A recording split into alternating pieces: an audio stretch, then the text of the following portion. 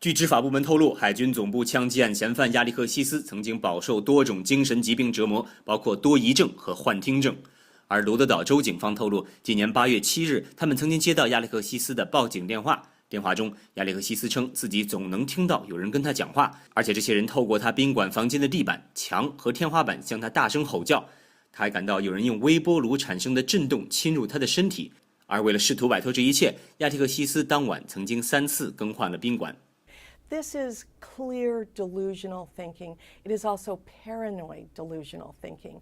When you think someone is after you who isn't, when you are hearing voices, which he was hearing when there are no voices, and when you have an alternate reality about what's going on, we'd say these are the symptoms of paranoid schizophrenia. You talk about schizophrenia and other mental illnesses. What exactly does it make the shooter feel or see at the time of the shooting? What was he like? The voices they hear, the things they see, are as real as you and I sitting here. They can do terrible things to themselves, to other people, to animals, in all sorts of situations, because those are real voices. Sometimes the voice is the voice of God. Sometimes it's the voice of the devil. Sometimes it's the voice of someone so important, so powerful, that that voice is absolutely irresistible. Now, we don't know that he was hearing voices at the time. We know he had been psychotic. We know he was delusional. It is likely that was a factor. But whether it was for him or not, in any of these mass killings that we see where someone has a severe psychotic disorder, they are typically operating in an alternate reality and often being commanded to do things by powers that are simply irresistible. 执法部门还表示，在8月23号和28号即枪发案前2周，亚历克西斯曾经2次分别前往位于罗德岛州和首都华盛顿特区的医院就诊，向医生抱怨自己有睡眠障碍。而当医生问他是否有抑郁症或者有伤害他人的念头时，亚历克西斯都给予了否定的回答。The alleged shooter went to Veteran Affairs Hospital twice last month for treatment of insomnia, but not for schizophrenia or any other mental illnesses. Whose fault is it?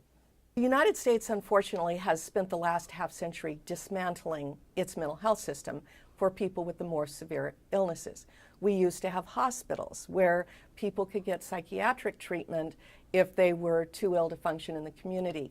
Today, we have about 5% as many beds for these people as we had 50 years ago.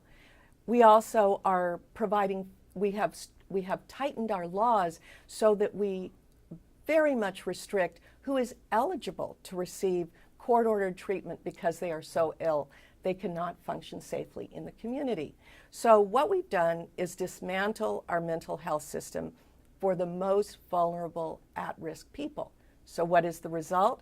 Well, we have a number of results. One of them, we have seen an upswing in mass killings, not just with guns, but also with cars and knives and other things, mostly with guns. So from 1949 to 1969, there was one mass killing in the United States in that 20-year period. From 1990 to 1999, by which time about 80% of our hospital beds were already gone, there were 73 mass killings, about half of them clearly identified with severe mental illness. And I have to say, it's untreated severe mental illness. Mass killings are really at the tip of the iceberg, though. In terms of all homicides, conservatively estimating them, about 10% of all the homicides in this country are associated with someone who has an untreated mental illness.